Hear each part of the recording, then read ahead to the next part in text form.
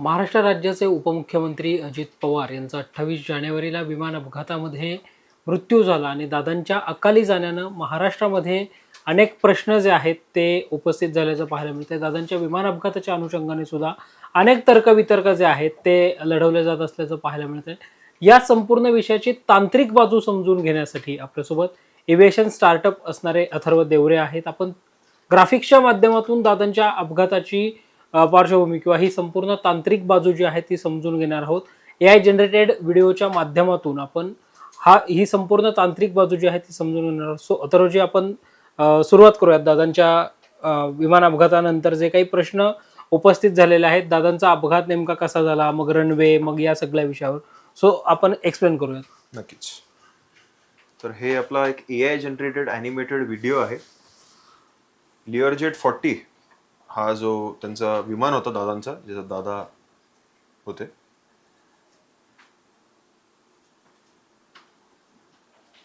तर हे पण बघू शकतात जे दोन पायलट्स होते, शांभवीजी पाठक आणि जे दुसरे पायलट होते. शांभवीजींना जवळपास 1500+ तासांचा एक्सपिरियन्स होता आणि जे दुसरे पायलट होते त्यांना जवळपास 15,000+ तासांचा एक्सपिरियन्स होता. तो चांगले एक्सपिरियन्स्ड पायलट जे होते. तर आपण पुढे बघूया. तर आता हा दादांचा विमान आहे जो VSR कंपनीचा विमान होता. तर आता हा जेव्हा विमान लँडिंगसाठी पहिल्या वेळेस जेव्हा विमाननी अटेम्प्ट केला होता तेव्हा क्लॅरिटी नसल्या कारणाने फॉग, ढग होते. त्यामुळे जो पहिला लँडिंगचा लँडिंगचा प्रयत्न केला होता तो अबॉर्ट करावा लागला. त्याने पुढे जाऊन एक U-टर्न घेतला आणि सेकंड अटेम्प्टमध्ये हे त्यांनी जे पायलट्सनी निर्णय घेतला की आपण ह्यावेळेस लँड करूया, कारण थोडीफार क्लॅरिटी होती आणि तेव्हा त्यांनी त्याच्यात प्रयास केला. तर ह्याच्यात नेमकं काय झालं असेल की हे क्रॅश झालं, आपण बघू शकतो. तर जेव्हा विमान ढगात होतं, ढगातनं खाली येत होतं, तर खाली येताना फॉगचे थोडेफार पॅचेस जे आहेत ते निर्माण होतात. रनवे असेल तर फॉगचे पॅचेसमुळे काय होते की रिफ्रॅक्शन होते. फिजिक्समध्ये एक कॉन्सेप्ट असतो रिफ्रॅक्शनचा. तर फॉगचे पॅचेस म्हणजे माझं म्हणणं हे आहे की रनवे आहे, रनवेमध्ये थोडेफार ढगाचे पॅचेस दिसून येतात आहे. तर आता ह्या पॅचेसमुळे काय होते की रिफ्रॅक्शन होते. रिफ्रॅक्शन म्हणजे जी लाईट आहे, लाईट ही बेंड होते. आता एक कॉन्सेप्ट आहे की जेव्हा लाईट आपल्या डोळ्यात जाते तेव्हाच आपण जी आजूबाजूची वस्तू आहे, परिस्थिती आहे ती बघू शकतो. तर ह्या रिफ्रॅक्शन कारणाने लाईट बेंड झाली असेल. रिफ्रॅक्शन म्हणजे सोप्या भाषेमध्ये एखादा वस्तू असेल, ती वस्तू जर उजव्या बाजूला असेल तर डाव्या बाजूला थोडीशी झुकून येते, डावी बाजूला असेल तर उजव्या बाजूला थोडीशी झुकून येते. सोप्या भाषेमध्ये एक रिअल लाईफ एक्झाम्पल जर आपण साध्या माणसाला जर माहिती पाहिजे असेल तर आपण जेव्हा पाण्याचा ग्लास असतो, पाण्याच्या ग्लासमध्ये जेव्हा आपण एक पेन्सिल किंवा छोटा बॉल किंवा अशी काही वस्तू टाकतो पाण्यामध्ये, तर ती थोडीशी आपल्याला वाकून आलेली दिसून येते.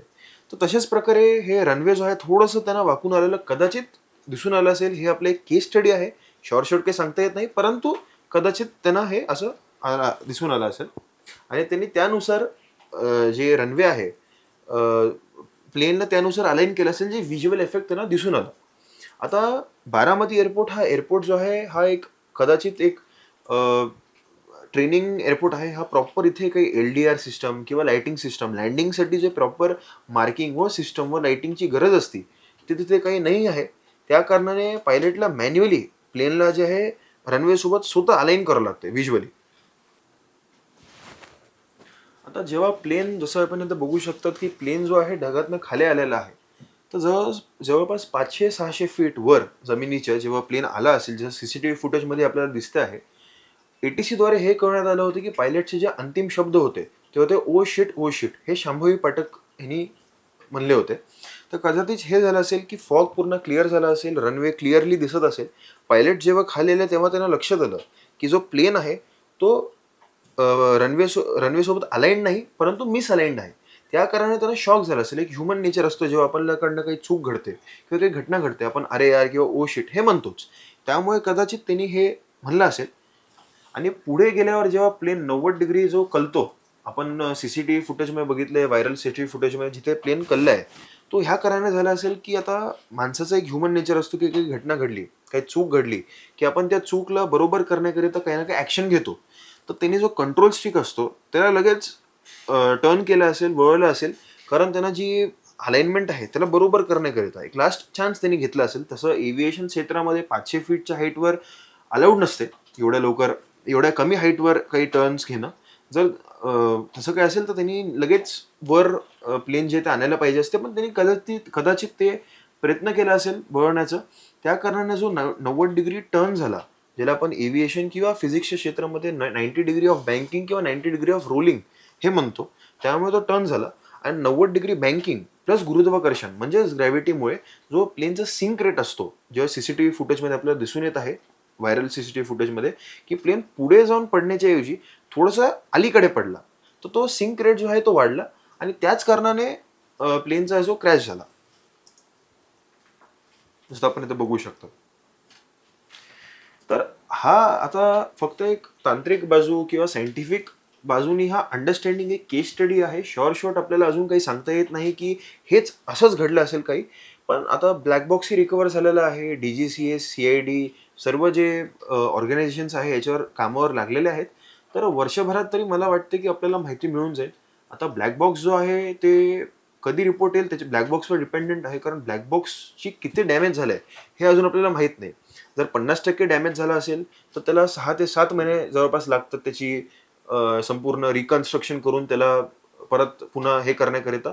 आणि जर 100% डॅमेज झालं असेल तर जवळपास 1 वर्ष 1.5 वर्ष याला लागते पूर्ण जे माहिती आहे त्याला रिकन्स्ट्रक्ट करून एक केस स्टडी त्याची पूर्ण बाहेर निघण्याकरिता. लोकांमध्ये पडलेला एक दुसरा उत्सुकतेचा प्रश्न असा आहे की दादांच्या विमानाचा अपघात झाला, विमानामधल्या लोकांचे मृत्यू झाले, मात्र त्या जे काही फाईल्सच्या ढिगारे आपण पाहतो ते मात्र त्या फाईल्सला काहीच झालं नव्हतं. तर हे कशामुळे शक्य झालं किंवा हे कसं होऊ शकतं, असं सुद्धा लोकांमध्ये असलेला एक संभ्रम असतं किंवा लोकांमध्ये असणारा, कॉमन लोकांमध्ये असणारा खास करून हा प्रश्न आहे. तर हे कसं होऊ शकतं?